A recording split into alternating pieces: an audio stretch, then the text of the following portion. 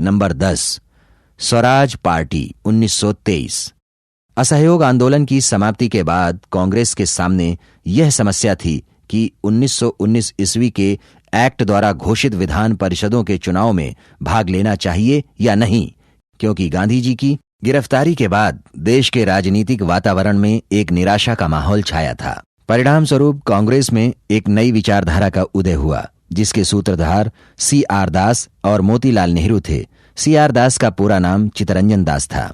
C.R. दास तब कांग्रेस के अध्यक्ष थे तथा मोतीलाल नेहरू महामंत्री।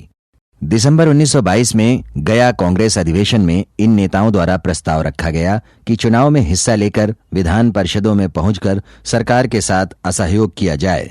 C.R. दास और मोतीलाल नेहरू परिवर्तनवादी कहलाए, परंतु डॉक्टर राजेंद्र प्रसाद, राजगोपालाचारी, वल्लभ भाई पटेल, डॉक्टर अंसारी, N.G. रंगा, आयंगर आदि नेताओं ने परिषदों में प्रवेश करने की नीति का विरोध किया। विरोध करने वाले लोग अपरिवर्तनवादी कहलाए। दिसंबर 1922 ईस्वी में गया में कांग्रेस अधिवेशन हुआ, जिसमें काउंसिल में प्रवेश न लेने का प्रस्ताव पारित हुआ। फलस्वरूप चितरंजन दास और मोतीलाल नेहरू ने कांग्रेस के पदों से त्यागपत्र दे दिया तथा परिवर्तनवादियों ने हार न मानते हुए मार्च 1923 ईस्वी में इलाहाबाद में अपने समर्थकों का अखिल भारतीय सम्मेलन बुलाया और एक नई राजनीतिक पार्टी स्वराज पार्टी की स्थापना की और यह निश्चित किया गया कि नई पार्टी कांग्रेस के अंदर रहकर ही चुनाव लड़ेगी। स्वराज पार्टी के अध्यक्ष C.R. दास तथा महासचिव मोतीलाल नेहरू हुए। अपरिवर्तनवादियों तथा स्वराजवादियों में बढ़ती हुई कटुता को दूर करने के लिए सितंबर 1923 ईस्वी में मौलाना आजाद की अध्यक्षता में दिल्ली में कांग्रेस का विशेष अधिवेशन बुलाया गया, जिसमें कांग्रेस ने विधानमंडलों में प्रवेश के कार्यक्रमों को स्वीकार कर लिया। नवंबर 1923 ईस्वी के चुनाव में स्वराज पार्टी को काफी सफलता मिली। सेंट्रल लेजिस्लेटिव असेंबली की 101 निर्वाचित सीटों में से 42 सीटों पर इनकी जीत हुई, जबकि मध्य प्रांत में इन्हें स्पष्ट बहुमत मिला। बंगाल में ये सबसे बड़े दल के रूप में उभरे और बंबई तथा उत्तर प्रदेश में अच्छी सफलता मिली। केंद्रीय विधानमंडल में स्वराजवादियों के नेता मोतीलाल नेहरू थे, जबकि बंगाल विधानमंडल में इनके नेता चितरंजन दास थे। जिन्ना के नेतृत्व में निर्दलियों और उदारवादियों ने स्वराज पार्टी का समर्थन किया। 5 फरवरी 1924 ईस्वी को खराब स्वास्थ्य के कारण गांधी जी जेल से छोड़ दिए गए। गांधी जी ने स्वराजवादियों के राजनीतिक कार्यक्रम का समर्थन किया और स्वराजवादियों ने इनके रचनात्मक कार्यों का समर्थन किया। स्वराजवादियों की सफलताओं का बिंदुवार विवरण इस प्रकार है। नंबर 1, ये बजट को प्रत्येक वर्ष अस्वीकृत कर देते थे। परिणाम स्वरूप वायसराय को अपने विशेषाधिकार द्वारा इसे पारित करना पड़ता था।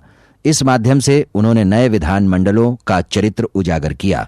नंबर 2, स्वराजवादियों ने उत्तरदायी शासन की स्थापना करने के लिए गोलमेज सम्मेलन बुलाने का सुझाव दिया। नंबर 3, इनकी मांगों के परिणाम स्वरूप 1924 ईस्वी में सरकार ने 1919 ईस्वी के अधिनियम की समीक्षा के लिए मुंडी मैन कमेटी की नियुक्ति की।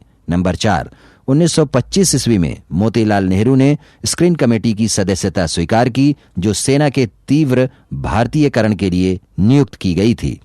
स्वराजवादियों की यह उपलब्धियां रहीं। उपलब्धियों के क्रम में एक महत्वपूर्ण उपलब्धि स्वराजी नेता विट्ठल भाई पटेल का केंद्रीय विधानमंडल का अध्यक्ष चुना जाना था। जल्द ही इस पार्टी में कुछ ऐसे लोग घुस गए जो सत्ता में पद के लिए लालायित थे और सुधारों के समर्थक थे। मदन मोहन मालवीय और लाला लाजपत राय ने सत्ता में साझेदारी एवं सांप्रदायिकता के मुद्दे पर स्वराज पार्टी छोड़ दी। फिर भी धीरे धीरे स्वराजवादियों ने परिषद में सरकार के प्रति असहयोग की नीति को छोड़कर सहयोग की नीति अपना ली। 16 जून 1925 ईस्वी को चितरंजन दास की मृत्यु से स्वराज पार्टी को गहरा नुकसान हुआ। स्वराज पार्टी को 1926 ईस्वी के चुनाव में आशा के अनुरूप सफलता नहीं मिली। केंद्र में 40 सीटों पर और मद्रास में आधी सीटों पर सफलता मिली, लेकिन बाकी प्रांतों में भारी शिकस्त का सामना करना पड़ा। इस समय मुस्लिम ताकतों का विधानमंडलों में प्रतिनिधित्व बढ़ गया। स्वराजी कई मौकों पर स्थगन प्रस्ताव लाने में कामयाब रहे। 1928 ईस्वी में सार्वजनिक सुरक्षा विधेयक को सरकार इन्हीं की वजह से पारित नहीं करा सकी।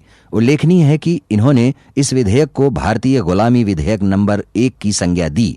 लाहौर कांग्रेस अधिवेशन में पारित प्रस्तावों और सविनय अवज्ञा आंदोलन छिड़ने के कारण 1930 ईस्वी में स्वराजवादियों द्वारा विधानमंडल को छोड़ने से इस पार्टी का अंत हो गया।